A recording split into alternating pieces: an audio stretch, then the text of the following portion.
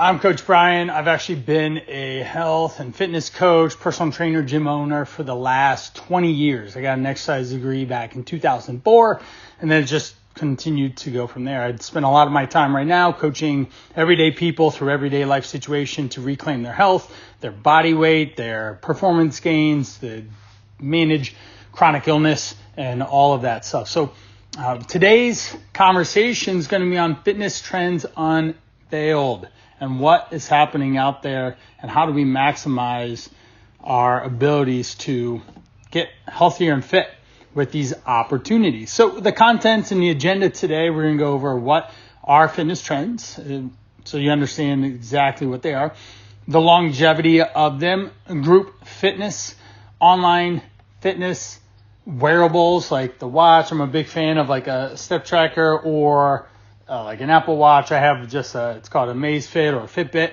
They all do the same thing.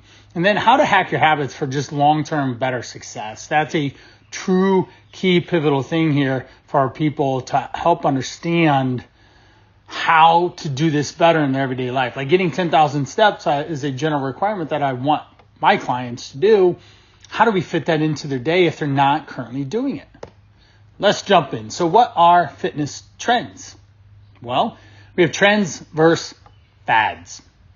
So trends have staying power. We can something comes on to the scene and it actually can stick. In recent terms like Pilates or yoga, CrossFit, boot camp classes, your wearable technology, what else? Like step aerobics, jazzercise, right? Those are all trends that have continued. Fads like fad diets and things that don't actually last. There's no proven scientific backing by it. Like this one hidden, Amazon berry that's vital to you, burning fat 5 times faster than anything you've ever tried. If you see something like that, run. That's straight up marketing. That's a fad. That's not something that's going to stick or stay or have lasting impact. So as we said, wearable technology, I love that. You can have your actual on your wrist. Your phone is a wearable technology. You can just leave that in your pocket. It has a pedometer on it. What else? You have heart rate monitors. There's a lot of the Oura Ring. There were like things that you could do put on your head for like brainwave meditation activity, sleep devices, monitoring. There's so many wearable technologies, GPS. All these things are help understand your body's movement and what it's doing, heart rate and all that stuff, calorie burning. We have home gyms, outdoor activities. I walked my dog with my wife today. Strength training, I did that with my buddy just a little bit ago. So trying to stay fit, active, and healthy works really well. Exercise is medicine, right? We know that movement is energy, and the more that you move, the more that you're going to be healthy and fit and be able to do things in your life. So you have to move no matter what. We have personal training, guided exercise through someone providing support, accountability, direction. You've got your HIIT classes, there's boot camp classes, there's Tabata classes, there's CrossFit classes, there's just the high intensity training apps, YouTube videos, lots of things out there. Body weight training is always a classic, right? No weights, no problem. No gym, no problem. You can get activity done. Online classes are all the rage. Peloton, obviously in recent times, has really capitalized on that. And there's tons of YouTube online training classes you can get for free. You have health coaching, right? That's what I do. I literally talk to someone about their health, their fitness, their lifestyle, behavior habits to help them organize and improve it. All right, next up is the right workout. What actually is the right type of workout?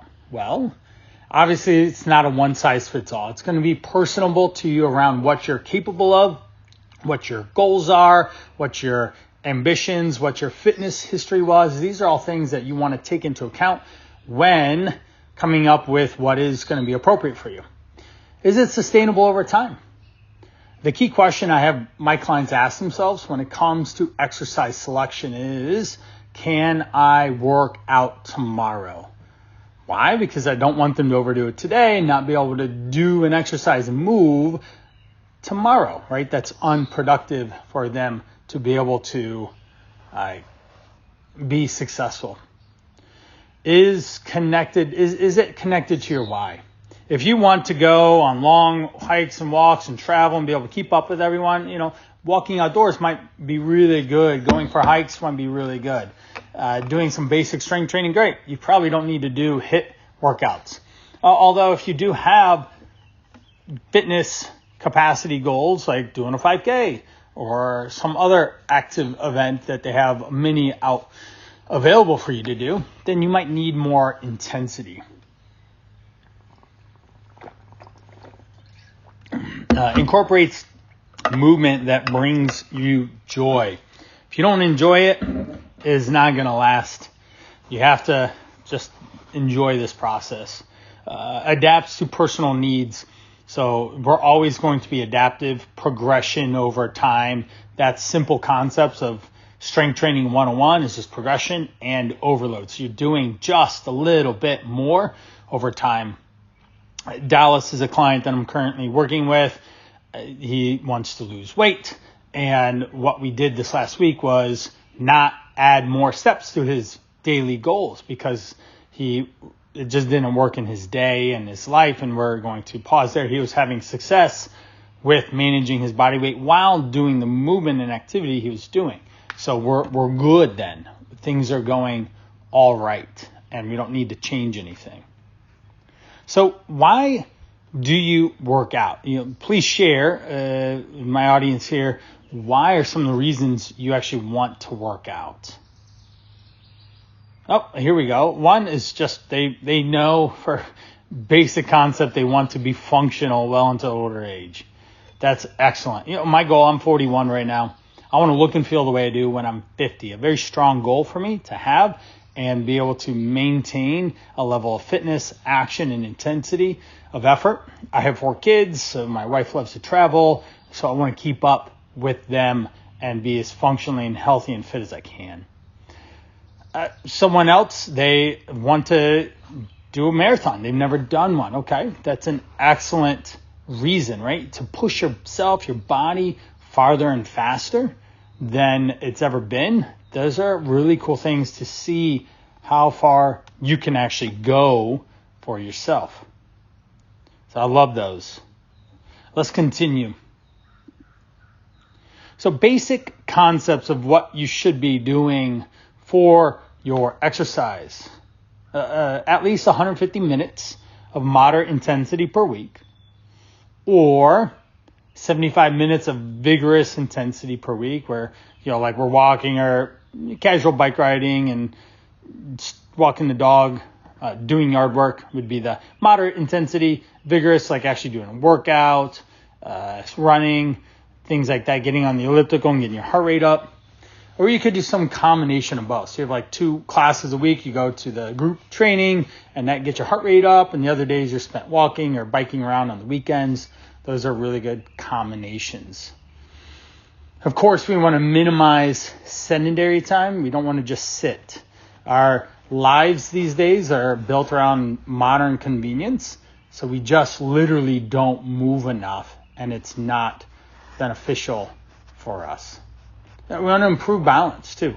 As the older you get, the more flexibility and balance become very important in your life. So working on some of those twice a week, like yoga, there could be a variety of other ones, or just doing strength training classes will help you build that strength. And of course, we want to do what I would call muscle building activities to ensure that you maintain some level of strength and conditioning. Now let's talk about what longevity looks like. So we do not stop exercising because we grow old. We grow old because we stop exercising, right? I've talked to people. I talk to a lot of people, to be honest, day in, day out, week in, week out. I'm talking to a significant amount of folks about their health. And I'll come across people who move less and less and less.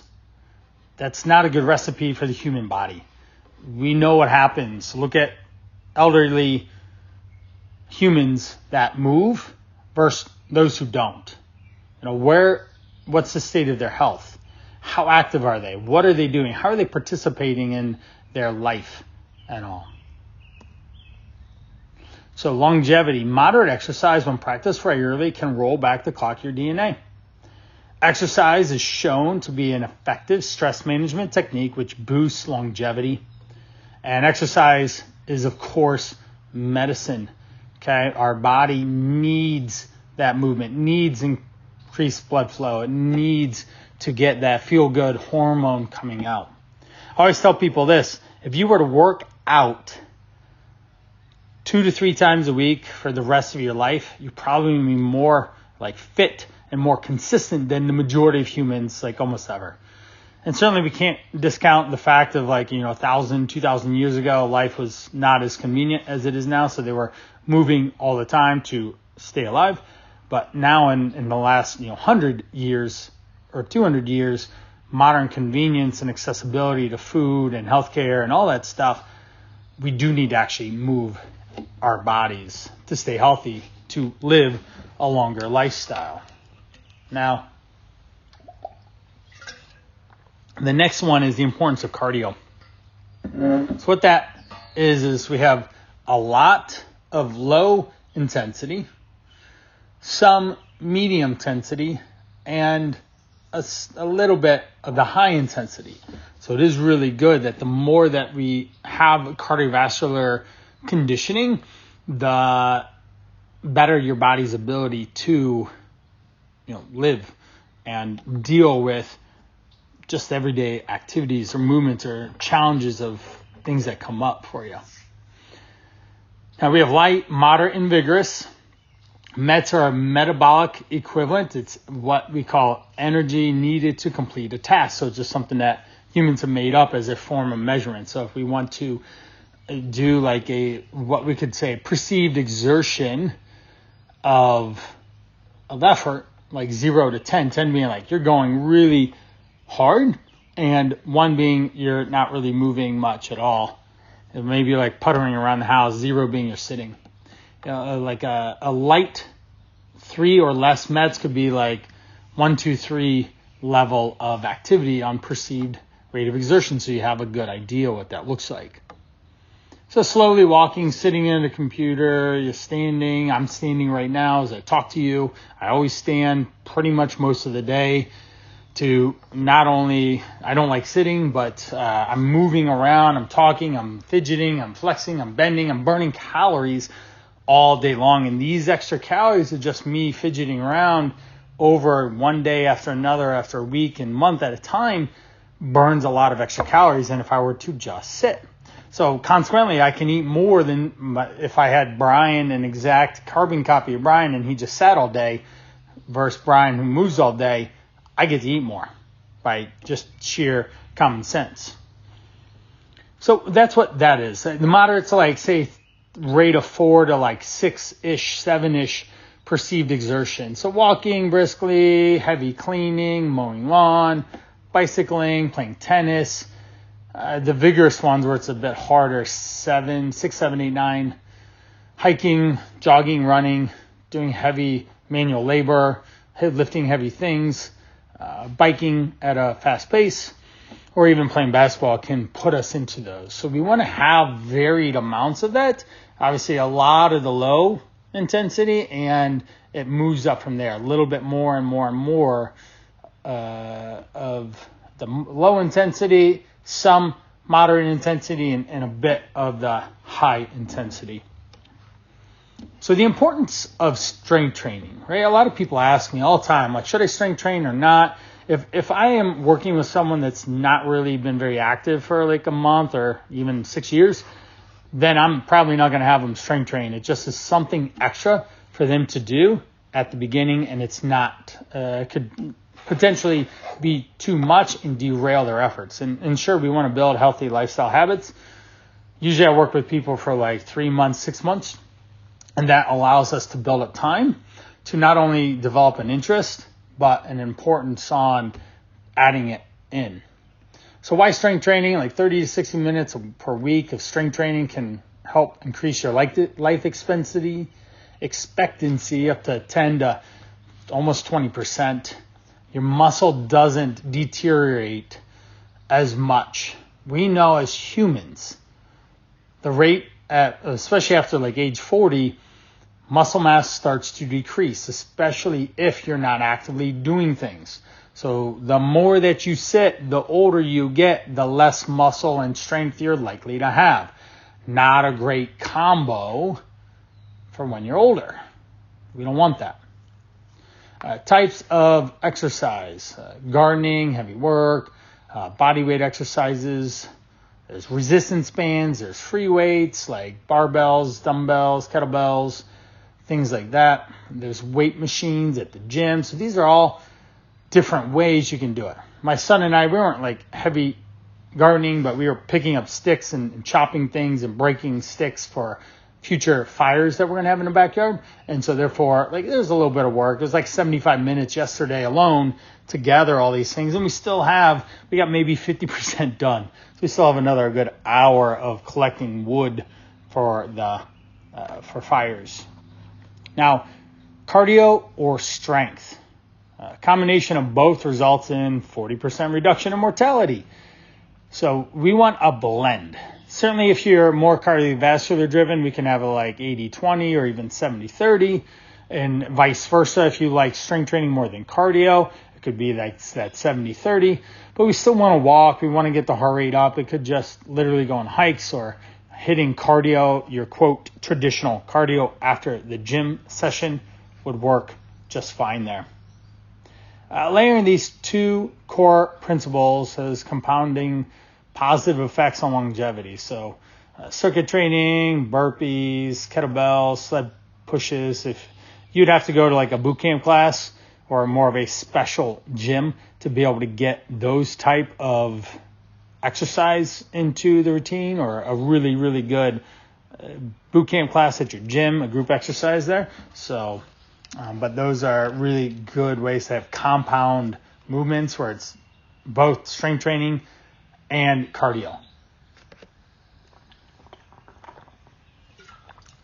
Balance, flexibility, stamina. These are all different ways to be able to mix it up. Balance is your body's ability to maintain a center of gravity over a base of support. Flexibility is the ability for soft tissues to lengthen through a range of motion. So you like bend over, touch your toes. The balance is we could just stand on one foot and hold it for as long as we can.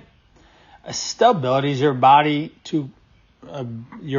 ability to control it during movement. So through range of motion, the example, as you can tell and see on the screen here, is ballet. So there's a variety of balance, flexibility, stability that you have to do. Now, group fitness. So what is group fitness? It's where people meet at the gym or even online these days and do exercises as a collective group at a certain time. Evidence shows that exercising in a group as opposed to individual can not only increase your adherence to it, your ability to push yourself, but you just feel a lot better about yourself. There's a lot more accountability because you meet people in classes and you can burn off stress. So you go in maybe right after work feeling a certain way about work. You come out forgetting that work had happened, which is the best way to go about it. So let's chat.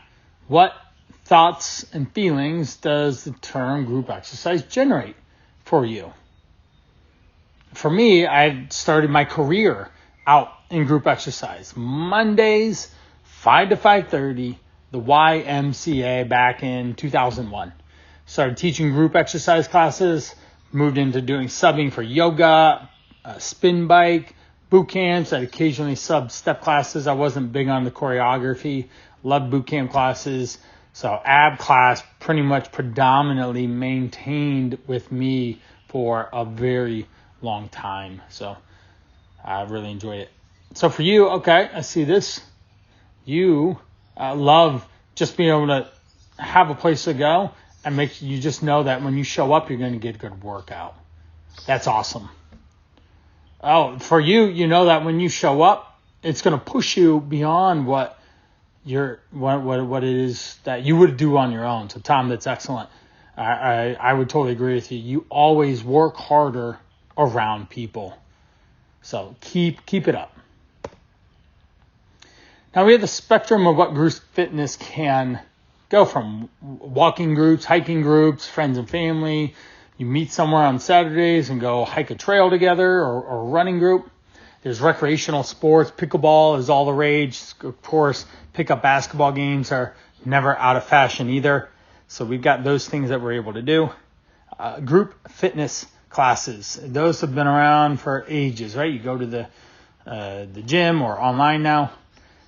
And then finally, we have the high intensity style boot camps. So there's a wide variety of different things that can meet your needs. And there's so many different ways to exercise in these classes that you certainly can find something that would fit your lifestyle or your goals. Now, recently, obviously in the last 10 to 15 years, with the computers, the internet, and everything really coming in full force, we have online fitness. Okay. And online fitness is trending because of 4 main reasons. The first one being privacy, right? It's easy to just do it in the convenience of your home, around your schedule. The cost, right? You don't have to spend a lot of money to get into a gym membership. Oftentimes it can even be free if you find some online. There's so many YouTube videos. Oftentimes, that's where I send my clients to first. Let's go to YouTube, see if we can find some people that have posted some videos, and that's a good starting point. We get a lot of variety. There can be personal training type workout classes like the Mirror, Tonal. There's a number of different machines and equipment that piggyback that.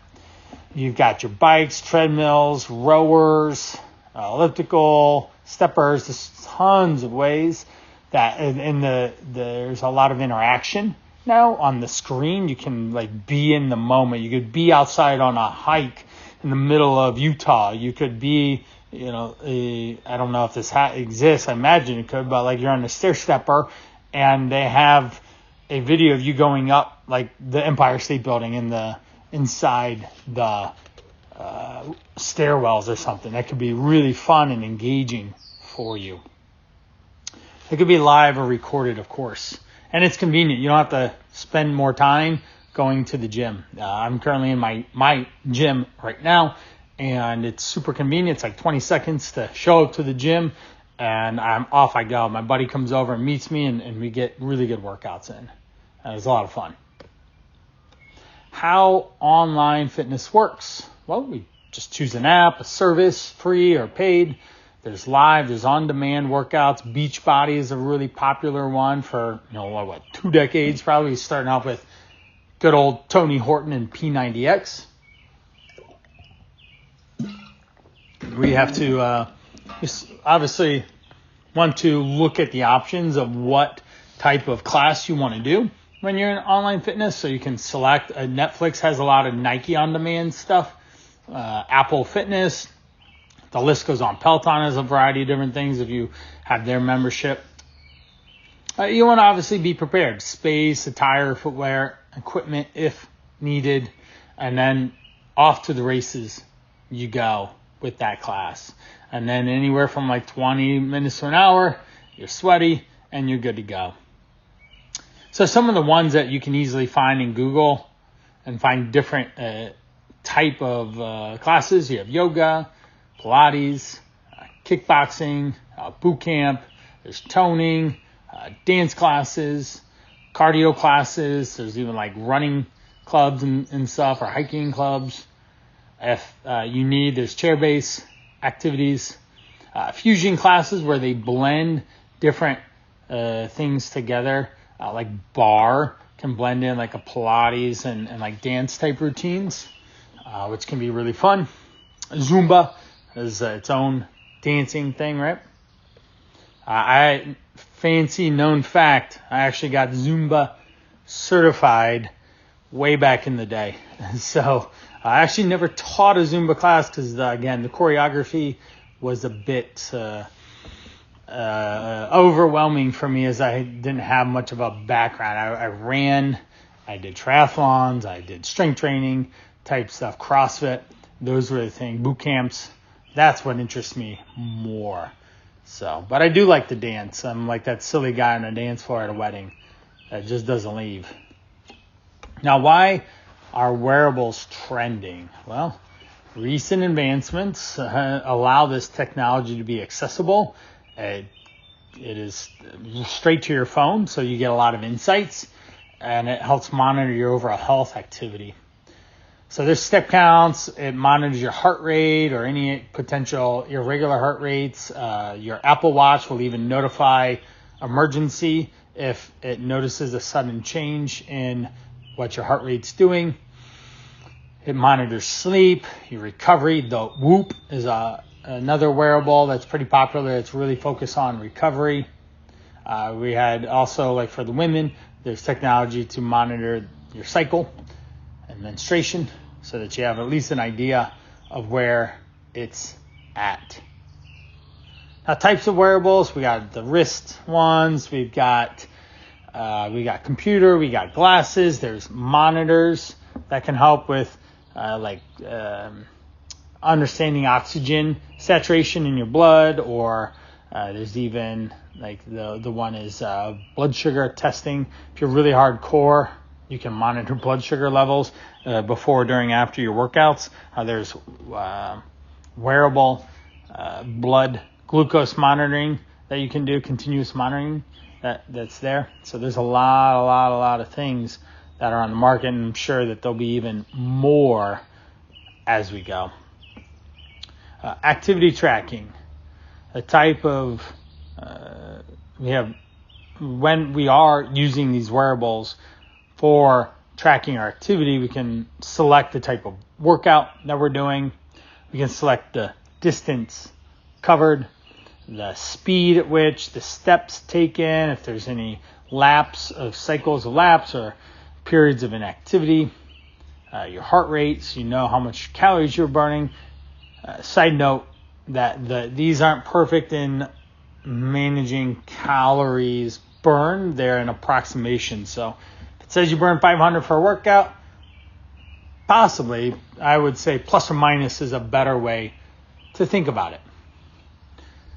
Now, sleep and recovery, certainly wearing your watch will help you understand, hours in bed, when you were in REM sleep and when you weren't. And you're going to start understanding trends in your sleeping patterns and behaviors and routines to improve it as you go. So that really helps you improve your behaviors and get higher quality of sleep, so you actually feel rested and even more motivated to work out. Because here's the thing, if you aren't motivated, if you're tired, you're definitely not going to be as motivated to work out. And you need caffeine, you need music, you need sometimes external outputs to help you manage that. Now, how do we hack our habits? Ready, set, move. Well, first we got to think safety. Like if you're going to go running or biking on the road, you want to have flashing lights. You want to have like the bright colored clothes. You want to be obvious that you are going to be out and about. You need to make sure that you have like water available or food, depending on the duration.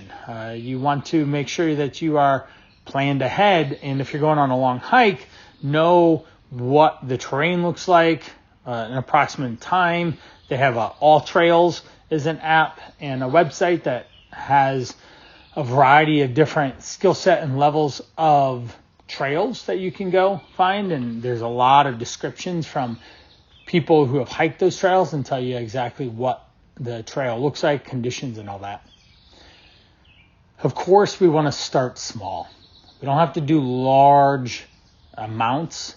We need to start in just small incremental movements. We need to expect to lose some battles. What that means is that not every time out you're going to be the most energized, energetic, excited, motivated, wanting to do it. Sometimes you just have to push through those things. Sometimes you might get injured for some reason, overdo it or tweak something or roll an ankle. It's just part of the, I would say, pay to play.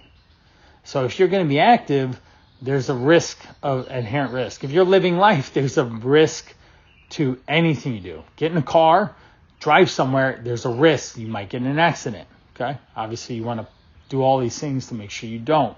So we want to be clear on that. Now on this image, what we have is there's 4 levels of a lifestyle and movement. So at the base, we want to do lifestyle activity.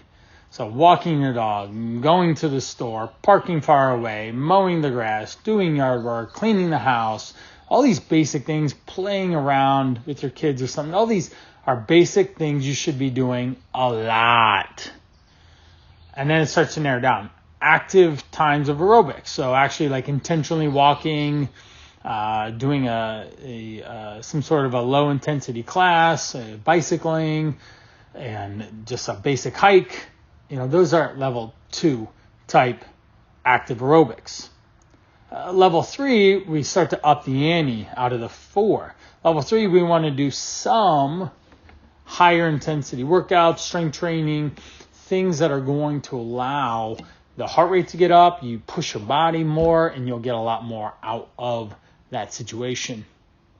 Last is the inactivity. Level 4. We want to do a little bit. So if we look at a pyramid, think of it, the base of your pyramid is tons of just daily movement. It's called NEAT, non-exercise activity thermogenesis. And so what we do with that is those are all those movements that I told you about earlier. I stand, I fidget, I move, I bend, and all these things that Brian does compared to Brian who sits all day long and is doing this from a desk is going to burn, literally just going to burn a lot less calories. So we don't want to be inactive. We want to be the least inactive. The only time you want to be inactive in a day as much as possible is when you're sleeping. Okay. So like if you do have like a desk job, you do need planned activity breaks throughout the day.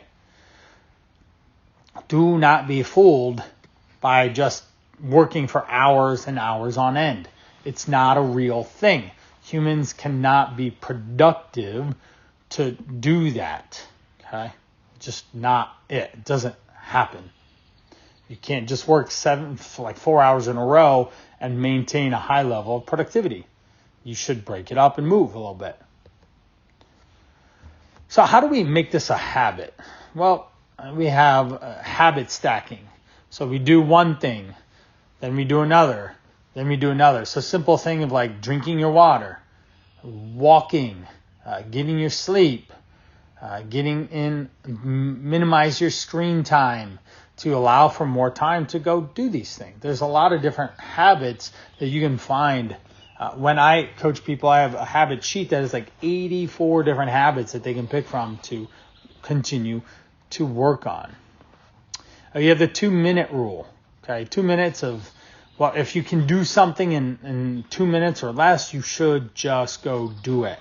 Don't put it off, because waiting and delaying causes more issues in time and effort and energy that you don't want or need to take into account. Okay, so you absolutely have to make sure that you aren't delaying. Process thinking. So we need to think about like how do we move what is in our day, what planning out ahead of what's happening. Maybe you need to pack lunch. There's a lot of different things that you need to think ahead of time so you're better planned out and prepared to have more success. Now, different ways to challenge yourself. We want to manage. On the screen, we have a target. That inner zone is comfort zone, where you're most comfortable with. Say you just like to walk. Well, then we want to get into the growth zone. And whatever that means for you, it might just be going to do a basic group exercise classes or doing a basic strength training classes. Whereas if we get into where we can learn in those situations and do it small incremental steps. shocker here, that's what humans are good at, small incremental steps. They're not big at doing big leaps and bounds, like going from like you just walking around to you running a marathon the next day. There's a lot around that you need to adapt your body, your mindset, your habits, your routines, your behaviors to be able to manage what running a marathon actually looks like. Goal setting, smart goals. And so what we want to make sure that they are things that what you understand what's in your comfort zone and what you can learn and can continually work on doing. What is something you can do for 2 minutes each day to work toward your goal? Sometimes just spending 2 minutes to get dressed is the motivating factor that you need to go work out. If you're in your work clothes, you need to get into your workout clothes, and that in and of itself can be a limiting situation if you allow it to. What is an existing habit you can stack this activity on top of? So I'm going to stack coming home, changing, going for the walk with the dog immediately because they've been inside the cage kennel all day. Now, how do we measure progress? In that situation, we're going to go off like time or distance. I did 15 minutes today of walking, or I did like a mile. Then let's continue to push it up and up and up. So let's chat. What is something new you will try to improve your physical fitness? So John says that he's going to really put his Apple Watch on and make sure that he wears it and starts paying attention. It's a really good way to help monitor your daily activities. Someone else says that they're going to make sure that they set some time aside in the evening to walk with their partner and their dog. That's excellent, because then that's going to give you energy to go do your everyday life, which is important, right? You don't want work to drag into your home life and then you're just exhausted and tired and you don't really do anything with your actual real life. That's just literally not fun. Okay. From there, we what else we have? Someone actually is training for a 5K, and they've been a couple weeks in already, and they are slowly progressing their time. They have the GPS watch, and they've been monitoring their progress and paying attention to their sleep, so that's excellent. That's really well done. So our conclusion today on fitness trends is that they change the way people exercise, ideally for the better. And new things keep coming out to interest humans to, again, doing more fun, enjoyable activities. The right routine to incorporate a lot of variety of movements. It adapts to your personal needs. And ultimately, it's sustainable over time. So we need to make sure that, again, can I work out tomorrow? The things I do today will allow me to progress to tomorrow, and you don't have to overdo anything. We want to make it a habit as much as possible, so we really want to tie positivity of activity to the actions that you actually take in a day-to-day. And that'll help you further continue to want to do more. So there we go. I want to thank you for Fitness Trends Unveiled. And if you have any questions, please let me know. Here is the access code for those that need it. I really appreciate your time today. And if you have any questions, you just simply comment below, send an email, and thank you.